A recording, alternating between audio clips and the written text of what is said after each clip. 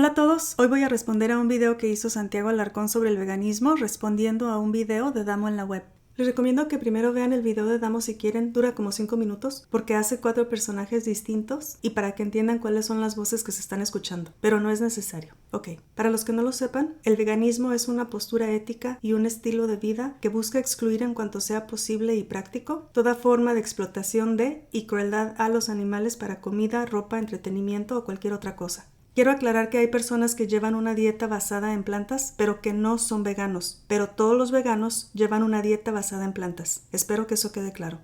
Obviamente yo soy vegana y atea, y aunque voy a criticar el cristianismo, debo decir que sé que este tiene algunas cosas buenas. También quiero mencionar que voy a recortar el video un poco para que no se haga tan largo. Ok, basado en lo que dijo voy a asumir que Santiago no es vegano. De cualquier manera lo que voy a decir puede aplicar a cualquier persona. Así que al que le quede el saco, que se lo ponga. Empecemos.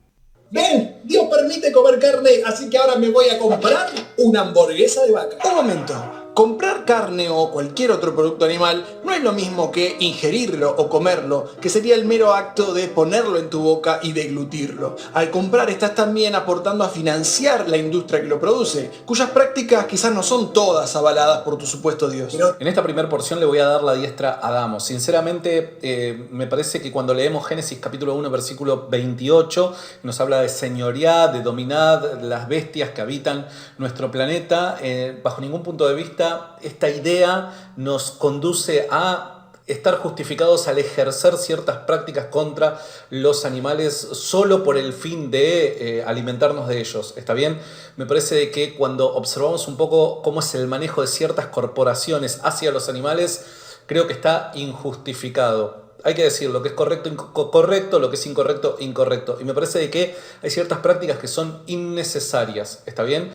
Como no dices a qué prácticas te estás refiriendo, me voy a tomar la libertad de dar este ejemplo. Si un oso se metiera a mi propiedad y yo puedo llamar a control animal para que lo saquen de forma pacífica y segura, pero en vez de eso, yo pongo una trampa para este oso y una vez atrapado yo lo golpeo, lo torturo y lo mato, ¿sería esto un comportamiento necesario y justificable? Si la respuesta es no, entonces ¿qué tipo de persona sería yo por actuar de manera violenta y sádica sin que haya una justificación para hacerlo? Hay quienes están en contra de la tauromaquia, la caza de trofeos, circos que utilizan animales o cosas por el estilo. Pero si comes animales, me gustaría saber cómo exactamente justificas que a estos animales los usen, abusen, enjaulen, esclavicen, torturen, violen, mutilen y maten. Si en la mayoría de los casos no hay ninguna necesidad de hacerlo porque se puede comer plantas. Mencionas Génesis 1.28, pero lo curioso es que en Génesis 1.29 dice: yo les doy de la tierra todas las plantas que producen semilla y todos los árboles que dan fruto con semilla, todo esto les servirá de alimento. Si esto no es veganismo, entonces, ¿qué es? Y hasta donde yo sé, la Biblia no dice que la gente está obligada a comer animales muertos y sus secreciones, así que decir que la Biblia no avala el veganismo me parece falso. Obviamente con esto yo no estoy avalando el veganismo ni estoy diciendo bajo ningún punto de vista que la Biblia avala el veganismo, la filosofía vegana, por así llamarlo. No, bajo ningún punto de vista no estoy diciendo eso, pero sí estoy diciendo de que hay ciertas prácticas que bajo el plano bíblico son injustificables. Y bueno, nada, me parece que es un punto a favor del planteo que está haciendo Damo. Dices que hay ciertas prácticas que bajo el plano bíblico son injustificables. Me gustaría saber a qué prácticas te refieres. ¿A que a los animales se les trate como cosas? ¿A que los privemos de su libertad? ¿A que agarren a un toro, lo masturben, tomen su semen y a mano se lo inyecten a una vaca? ¿A que les corten los testículos a los puerquitos sin anestesia? ¿A que les rebanen el pico a los pollitos recién nacidos causándoles intenso dolor? ¿A que pongan a las puerquitas en jaulas donde ni siquiera se pueden mover o voltear y las tienen pariendo a diestra y siniestra? ¿A que ordeñan tanto las vacas al grado de sangrarles las ubres? ¿Estas son las prácticas a las que dices que bajo el plano bíblico son injustificables? Si la respuesta es que sí, entonces, ¿qué no estás yendo en contra de tus propios principios bíblicos si las apoyas? Dios puso a los animales para que nosotros los comamos, ¿no? ¿A humanos también? No, a los animales. Pero los humanos somos animales. Eso es verdad. ¿Cómo? ¿No era que somos distintos y superiores a los animales? Bueno, eso lo dije hace muchísimo tiempo, pero ahora con el tema de la ciencia y esas cosas, está todo como mucho más complicado para mí, ¿viste? ¿Cuestión?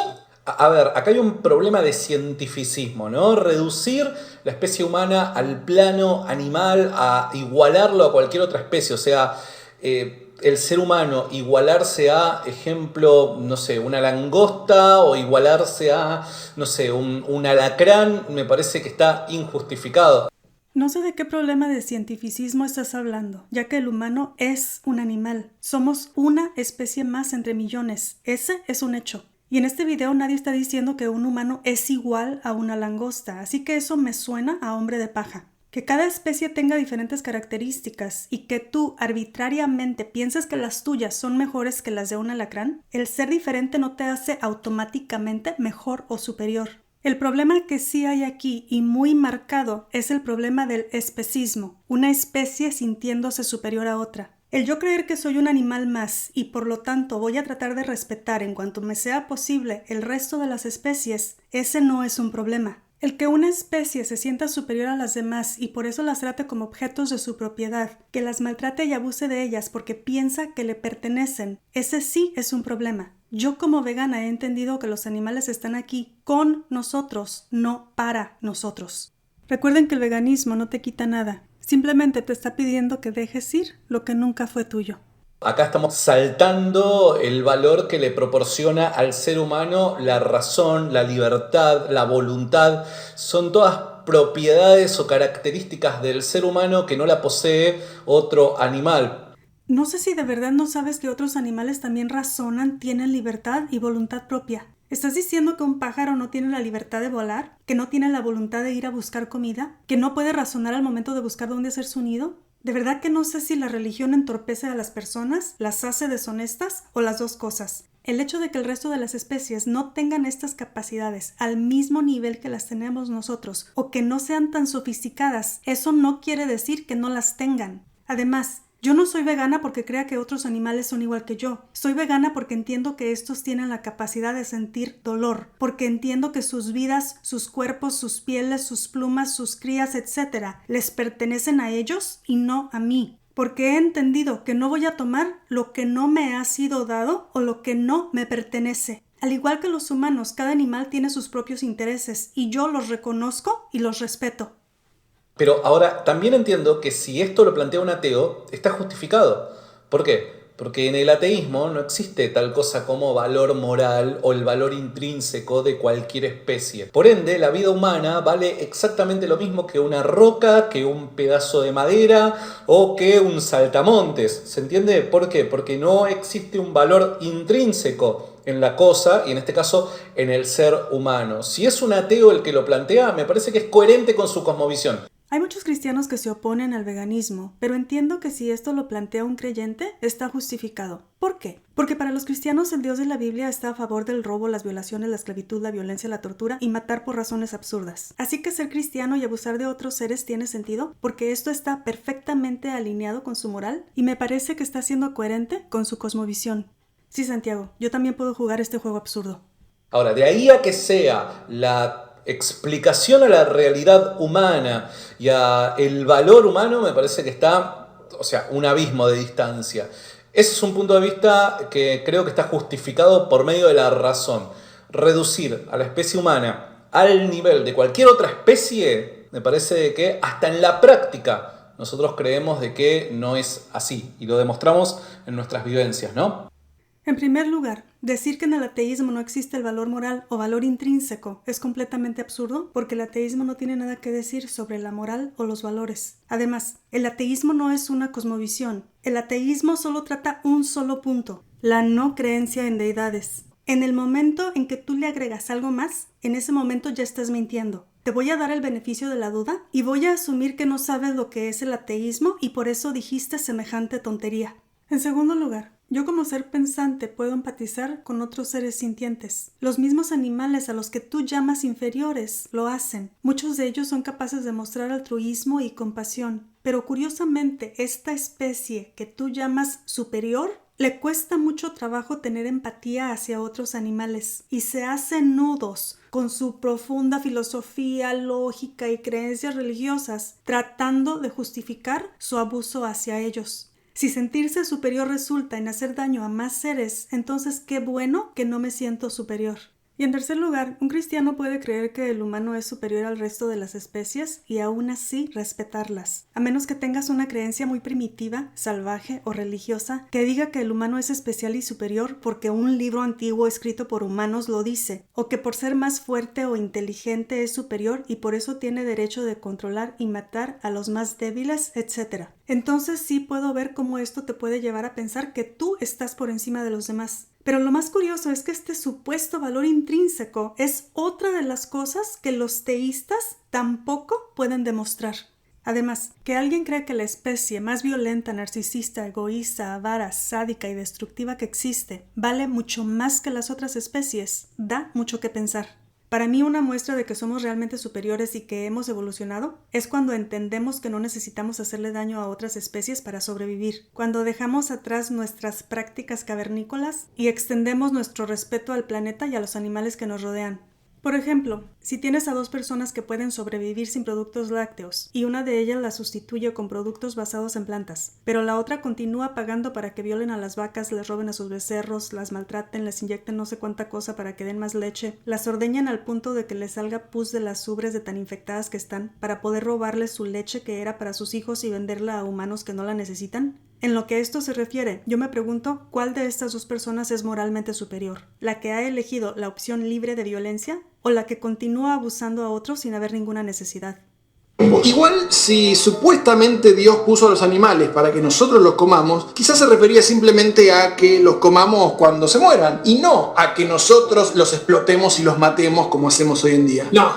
A ver, les recuerdo de que la discusión aquí es si la Biblia ampara o no el veganismo, si la Biblia está en contra o no de la ingesta de animales, ¿está bien? Ese es el planteo. Entonces, mediante ese planteo, mediante ese marco de discusión, yo te tengo que responder con la Biblia, ¿está bien? Entonces, respondiéndote con la Biblia, te doy un ejemplo de los muchos que te podría dar. Por dar un ejemplo, la visión de Pedro en el libro de los Hechos, cuando Dios mismo le dice, apelando a una práctica común, no pecaminosa, mata y come. Entonces, aquí podemos ver cómo la Biblia respalda el matar animales para ingerirlo. Aquí voy a decir una gran blasfemia, que vayas más allá de la Biblia. Para mí la Biblia es un libro lleno de inmoralidad, así que tomarlo como guía infalible de comportamiento correcto me parece absurdo. Así como creo que es inmoral apedrear y matar a los homosexuales, también considero inmoral matar animales sin que haya necesidad. Obviamente el Dios de la Biblia no está a favor de proteger a los animales, puesto que éste ordenaba la matanza de estos por diversos motivos. Y pues toda persona que está buscando justificar el matarlos fácilmente lo puede hacer con la Biblia. Lo que se me hace curioso es por qué este Dios les dijo a los humanos que pueden comer animales muertos en descomposición, sabiendo todos los males y enfermedades que vienen a través de esta práctica.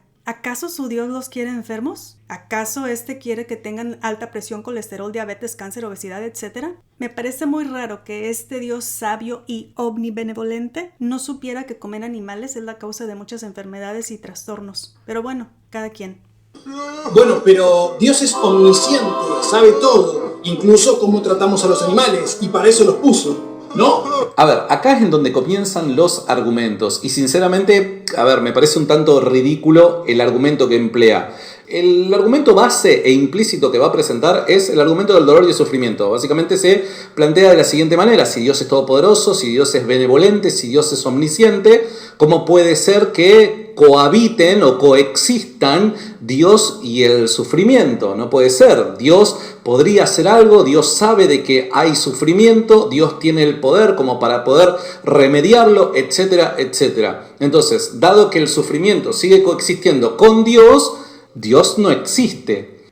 Discúlpame, pero este no es el argumento. O no lo entendiste o lo estás distorsionando a propósito. Damo en ningún momento dijo que porque hay sufrimiento, que entonces tu Dios no existe. Lo que se está alegando es que si este Dios existe y permite que en el reino animal haya sufrimiento gratuito o innecesario, entonces este no puede ser considerado omnibenevolente. Y en todo caso, o este Dios es un sádico o es un inepto. Esto lo digo yo. Pero si existe una razón, por favor explícanos cuál es la función necesaria que juega el sufrimiento por el que pasan los animales. ¿En qué les va a beneficiar esto a ellos, a nosotros, al mundo o a tu Dios? ¿Vas a decir que ellos también tienen libre albedrío? ¿O que sin sufrimiento no podrán aprender lecciones en la vida? ¿O de qué forma justifica su dolor?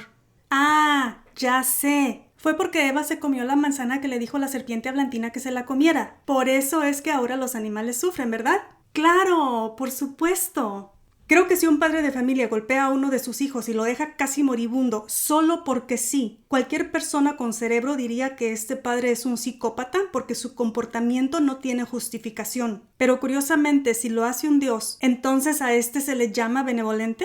No lo entiendo. Acá plantea el caso de la omnisciencia de Dios. ¿Dios lo sabe absolutamente todo? Sí. ¿Sabe cómo íbamos a actuar en nuestra libertad, ejerciendo nuestra libertad? Sí. La pregunta es, ¿y? O sea, ¿de qué manera resuelve el problema esto? Vamos a seguir viendo el video a ver si hay alguna respuesta. Hey, pero vos sos omnisciente, así que ya lo sabías. Este es tu plan divino, ¿no? A ver, que Dios sea omnisciente no quiere decir de que sea su plan divino, ¿está bien? Una no te conduce a la otra. Más adelante en el video voy a explicar el porqué.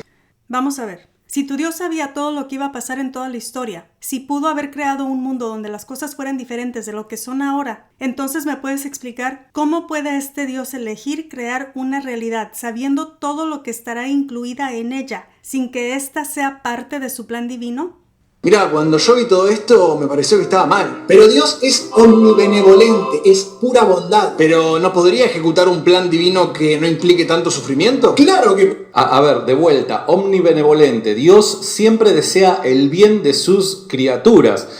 Dices que Dios siempre desea el bien de sus criaturas. Tal vez tú y yo tenemos diferente concepto de lo que significa el bien de sus criaturas. Si yo puedo ver el futuro y tengo el poder de crear gatitos, sabiendo que unos van a ser aplastados por un tráiler y que van a morir de manera dolorosa y espantosa, que otros van a ser devorados por coyotes, que otros van a caer en trampas hechas por humanos que quieren sus pieles y que van a morirse lentamente de hambre y sed, pero puedo elegir no crearlos. Si decido hacerlo, ¿podría alguien decir que yo siempre quiero el bien de mis criaturas? ¿O pensarían que estoy mal de la cabeza? Ahora la pregunta es, ¿Dios puede hacer algo en favor de ellas? Lo vamos a resolver en el siguiente segmento. Podría, es omnipotente, lo puede todo. A ver si entiendo. Supuestamente Dios es omnisciente, entonces sabe cómo hacemos sufrir y matamos a los animales. Y pese a ser omnipotente, no solo no hace nada por evitar todo esto, sino que Él mismo puso a los animales para que nosotros los hagamos sufrir y los matemos. ¿Y decís que es omnibenevolente?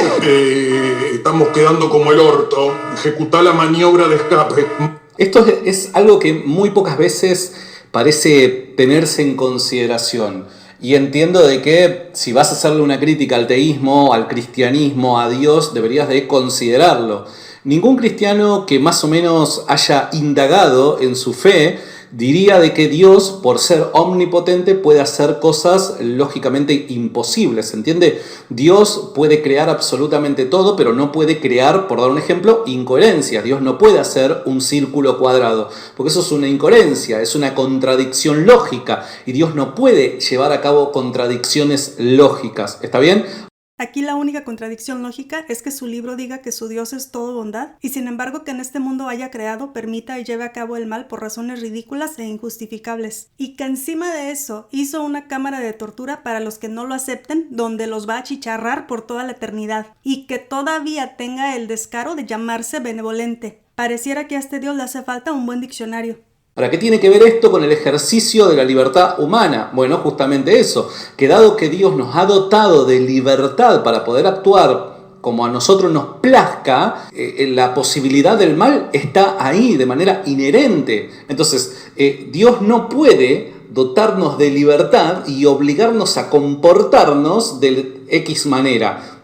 Aunque sé que este no es el argumento que está haciendo Damo, lo voy a responder porque lo estás haciendo tú. ¿Estás diciendo que no puede existir el libre albedrío sin que exista el mal? ¿Tú crees que en el cielo existe el mal? Si la respuesta es que no, entonces en el cielo no podrás actuar como te plazca. ¿Piensas que cuando te mueras vas a seguir teniendo libre albedrío aunque el mal ya no exista o tu libertad se va a terminar? Basado en esto escribí este silogismo. Número 1. La libertad no puede existir sin que exista el mal. Número 2. En el cielo no hay mal. Número 3. Por lo tanto, en el cielo no hay libertad. ¿Tú crees que en el cielo estarás actuando como robot y solo podrás hacer el bien porque no tendrás otra opción? ¿O en el cielo no vas a querer hacer el mal, pero seguirás teniendo la opción de hacerlo? ¿Acaso Dios estará limitando tu libertad si no vas a poder elegir hacer daño a otros? Si es así, entonces ¿estás dispuesto a perder tu libertad o un poco de ella si esto significa que tendrás paz, salud, felicidad y que nadie va a salir afectado? Si la respuesta es sí, ¿qué no se pudiera tener lo mismo ahora?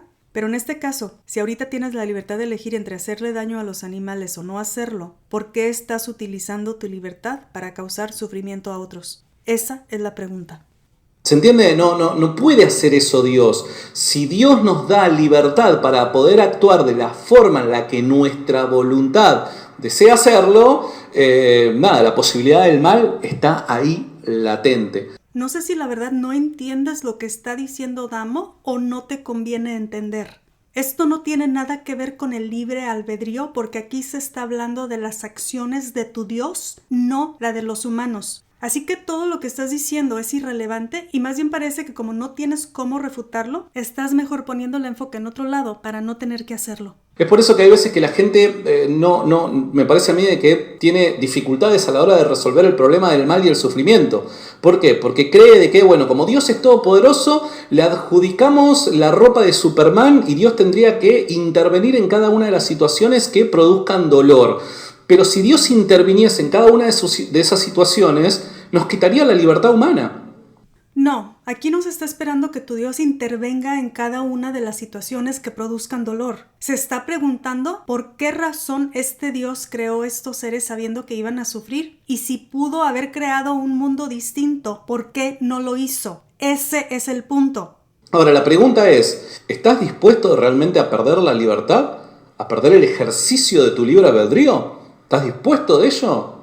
Aquí no se está hablando de perder ninguna libertad, no seas ridículo. Con esta pregunta pareciera que solamente estás tratando de envenenar el pozo porque aquí nadie está tratando de quitarle la libertad a nadie, ya que el tema que se está tratando tiene que ver con el comportamiento de tu Dios, con sus atributos y los motivos detrás de sus acciones, y no tiene nada que ver con los humanos. Si dices que tu Dios no pudo haber creado otro mundo distinto y que solo con esta versión era posible que fuéramos completamente libres, entonces estás diciendo que no hay más animales que tu Dios pudo haber creado. ¿Estas son todas las especies? Si todavía hay más que pueden ser creadas y estas no existen, entonces quiere decir que los humanos no somos completamente libres porque no tenemos más animales a los cuales explotar. ¿Acaso nuestra libertad está ligada al número de especies que existen? ¿O si estas no existieran, eso afectaría nuestro supuesto libre albedrío? Y hablando de libre albedrío, voy a dejar un video corto de Dark Matter 2525 que toca este tema por si a alguien le interesa. Pero, ¿sabe cuál es el mayor problema de todo esto? Que no hay evidencia de que Dios exista. ¿Cómo que no? ¿Y él? Es solo una creencia tuya. A ver, ¿qué queremos decir con evidencia acá, no? Más adelante él va a mencionar qué tipo de evidencia él espera para afirmar de que Dios existe. Para nada, la fe siempre está relacionada con algo que nos indique que nuestra creencia es verdadera. ¿Está bien? En cierto sentido, evidencia. La cosa es que, como dice Matt Dillahunty, la fe no es una virtud ni un camino confiable para llegar a la verdad. Y así como los cristianos pueden decir que hay cosas que les indican que su creencia es verdadera, lo mismo puede decir un Hare Krishna, y al parecer no hay manera de que ninguno de los dos demuestren que sus dioses son reales. La verdad, pero no tiene mucho sentido. Lo que se puede respetar son individuos y sus intereses, pero mientras más tiendan a frustrar intereses ajenos, más legítimo me parece cuestionarlos. A ver, ¿cómo vamos a aplicar esto que acaba de decir a los animales? Está hablando de frustrar intereses ajenos. ¿Acaso los animales tienen intereses? Intereses únicamente tienen aquellos seres dotados de razón. Los animales no están dotados de razón. Los animales no planifican, no proyectan, no tienen intereses personales. Se mueven por medio de instintos nada más. Entonces, este planteo que está presentando no justifica su postura tal y como el video pretende hacerlo, ¿no? ¡Qué barbaridad! Al parecer, Santiago se cree tan superior que se ha salido completamente de la órbita de la realidad. Por supuesto que lo que dice Adamo justifica su postura, porque los animales no humanos tienen intereses propios. Que tú no lo quieras aceptar o que no te convenga hacerlo, eso no cambia la realidad. Si yo puedo observar que los animales se comportan de manera muy similar a los humanos, que estos huyen del dolor y el peligro, que muchos son animales sociales, que buscan una pareja, que tienen hijos, que hacen nidos para vivir o poner a sus crías, que muestran cariño a sus familiares o a los de su especie o hasta animales de otra especie, que pueden expresar alegría, dolor, miedo, ansiedad, etc., que cada uno tiene su propia personalidad, que duermen, comen, que tienen amigos, que juegan, que se pelean, etc. O sea que en casi todos los aspectos son iguales a los humanos. Pero vas a decir que como no lo hacen en la misma capacidad o con la misma complejidad que lo hacemos nosotros, que entonces eso quiere decir que ellos solo lo hacen por instinto y no porque tengan intereses propios o raciocinio. ¿De verdad? No sé qué decir. Pero aun cuando yo no estuviera segura si tienen intereses propios o no, en este caso les daría el beneficio de la duda y apostaría que sí los tienen y por lo tanto no soy yo la que va a violar o truncar esos intereses. Pero al parecer tú no opinas lo mismo. Además, aun cuando los animales solo funcionaran por medio de instinto, ¿eso qué tiene que ver? ¿En qué disminuye esto al derecho que tienen de vivir? ¿De qué manera esto los hace inferiores a nosotros que también somos animales que tenemos instintos al igual que ellos? No cabe duda que la arrogancia siempre va ligada a la ignorancia. Y aquí tenemos un claro ejemplo. Si vos quisieras que los demás consideráramos cierta tu creencia en Dios y aceptáramos tu moral teísta, deberías hacer varias cosas. Primero, dar una definición de Dios que sea inteligible, sin contradicciones lógicas. Luego... Bueno, podríamos decir que Dios es el ser subsistente, el ser que provee del ser a las cosas creadas. Esa es una definición que no tiene ningún tipo de contradicción. Ahí obviamente aquel que crea lo contrario debe asumir la carga de la prueba. Así que en este caso aquel que crea que la definición que acabo de dar, ser subsistente, posee contradicción lógica, debe asumir la carga de la prueba. Obviamente estamos esperando, ¿no? No sé qué exactamente es lo que estás esperando. Aquí no se trata solo de dar una definición, también lo tienes que demostrar. Y eso es lo que nosotros estamos esperando. Si tú afirmas algo y yo no lo acepto porque me parece incoherente o porque no demostraste la veracidad de tu afirmación, no soy yo la que ahora tiene la carga de la prueba. Así no es como funciona esto, porque no soy yo la que está afirmando que algo existe. Ese eres tú. Y lo que yo veo es que al final del día, la misma incapacidad que tiene un hindú para demostrar la existencia de uno de sus dioses es la misma incapacidad que tienes tú para demostrar el tuyo. Ya que por lo visto tu Dios puede hacer todo, menos aparecer o manifestarse de manera que sea innegable e irrefutable. Y hasta ahorita parece que tu Dios es prácticamente indistinguible de otros dioses, porque o no puede o no quiere presentarse para que a nadie le quede duda y para que la gente no tenga que depender de métodos inferiores como argumentos, falacias, conjeturas y fe para creer o tratar de demostrar que éste existe. ¿O me vas a decir que los mismos métodos que se utilizan para tratar de demostrar la existencia de dioses falsos son los mismos que se utilizan para demostrar la existencia del Dios verdadero? Esto me parece muy sospechoso. Brindar una forma de corroborar empíricamente y bajo el método científico la existencia de dicho Dios.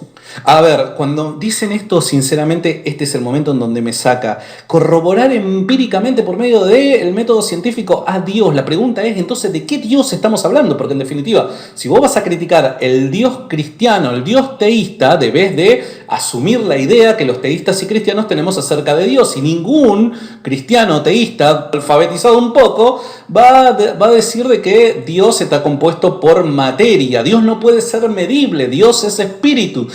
Dices que tu Dios es espíritu, pero este supuestamente se manifestó cara a cara en el Antiguo Testamento. Así que, ¿cómo me explicas esto? En Génesis 12:7 y Génesis 18:1, Dios se le apareció a Abraham. Génesis 26:24, Dios se le apareció a Isaac. Génesis 32:30, Jacob vio a Dios cara a cara. Y le puedo seguir. O sea que antes sí tenía el poder de hacerlo, pero ya no lo tiene. ¿Me vas a decir que tu Dios no se puede manifestar cara a cara aun cuando está escrito en tu mismo libro que ya lo hizo? ¿O estás diciendo que no es verdad lo que dice la Biblia? ¿O vas a tomar solo la parte que se te antoja? ¿O lo vas a interpretar a como te conviene? Ah, ya sé, lo estoy tomando fuera de contexto, claro. Dios es atemporal. Entonces, ¿cómo vamos a pretender criticar a Dios bajo los parámetros que los teístas y cristianos asumen que es Dios mediante métodos empíricos? El método científico es incompatible. Como medir la longitud con un termómetro. El termómetro sirve para medir el calor. Es otro el instrumento que debe emplearse para medir la longitud. Pues fíjate que yo tengo una hada madrina invisible muy poderosa que es capaz de crear cosas físicas de la nada. Y esta quiere que te diga que quiere que creas que existe, pero aunque puede hacerlo en persona, no lo quiere hacer y dice que es ridículo que tú estés pidiendo que se manifieste físicamente, aun cuando sabe que de esta forma no quedaría ninguna duda y ni siquiera me ocuparía a mí como su mandadera.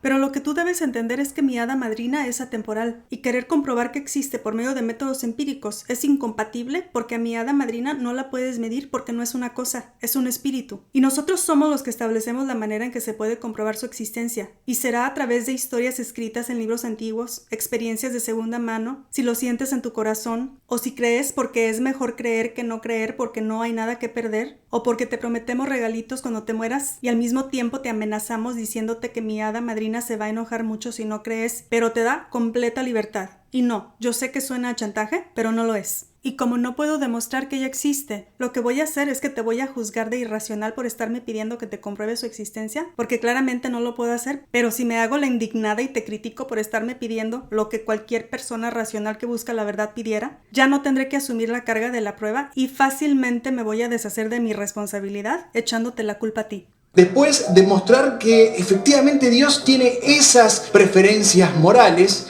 Y por último, es cierto, en este planteo nosotros debemos asumir la carga de la prueba. Y la carga de la prueba es mostrar que Dios ha deseado revelarse. Obviamente ahí somos los cristianos que debemos demostrar que las escrituras son palabra de Dios, que Dios se ha revelado por medio de las escrituras, o que al menos una persona sea capaz de revelar la voluntad de Dios. Y ahí es en donde entra Jesucristo. Si nosotros podemos demostrar históricamente que Jesús ha resucitado y que Jesús ha hecho ciertas afirmaciones que nos conduzcan a tener estas ideas que nosotros defendemos, creo que estamos justificados a la hora de decir, sí, sabemos lo que para Dios, al menos en estos aspectos, está bien y está mal. Pero siempre el debate está abierto y yo no tengo ningún problema en poder debatir que a través de la persona de Jesucristo nosotros podemos conocer la voluntad de Dios. Como estos puntos ya han sido refutados 1.000.000 de veces por otros ateos, solo voy a leer un meme de Richard Carrier que resume esta religión absurda. Dice: el cristianismo es la creencia de que un zombi cósmico judío te puede hacer vivir para siempre si simbólicamente te comes su carne y telepáticamente le dices que lo aceptas como tu amo, para que te pueda remover del alma una fuerza maligna que está presente en la humanidad porque una serpiente parlante convenció a una mujer sacada de una costilla a que comiera de un árbol mágico. Así que prácticamente para mí esto es el cristianismo. Y en la voluntad de Dios nosotros podemos hallar los parámetros para Dios de lo que está bien y lo que está mal. Estoy completamente de acuerdo contigo, Santiago. Fíjate que aquí me encontré unos versículos que nos muestran los parámetros de Dios de lo que está bien o está mal. El mandamiento número 8 dice: no mentirás. Y en Génesis 12:10, Abraham dijo a su esposa Sara: ahora pues di que eres mi hermana para que me vaya bien por causa tuya y viva mi alma por causa de ti. Oh, es que aquí todavía no daba Dios los 10 mandamientos. Sí es cierto. Ok, no, entonces esta no vale. El mandamiento número 5 es no matarás. Y en Levítico 20:13 dice: si alguno se ayuntare con varón como con mujer, abominación hicieron y ambos serán muertos. Sobre ellos llevarán su sangre. En Deuteronomio 21 dice: cuando vayas a la guerra contra tus enemigos y tu Dios los entregue en tus manos y te lleve sus cautivos, si ves entre ellos una mujer hermosa, la deseas y quieres tomarla por mujer, la llevarás a tu casa y quedará en tu casa llorando a su padre y a su madre un mes entero. Después de esto podrás llegarte a ella y serás su marido y ella será tu mujer.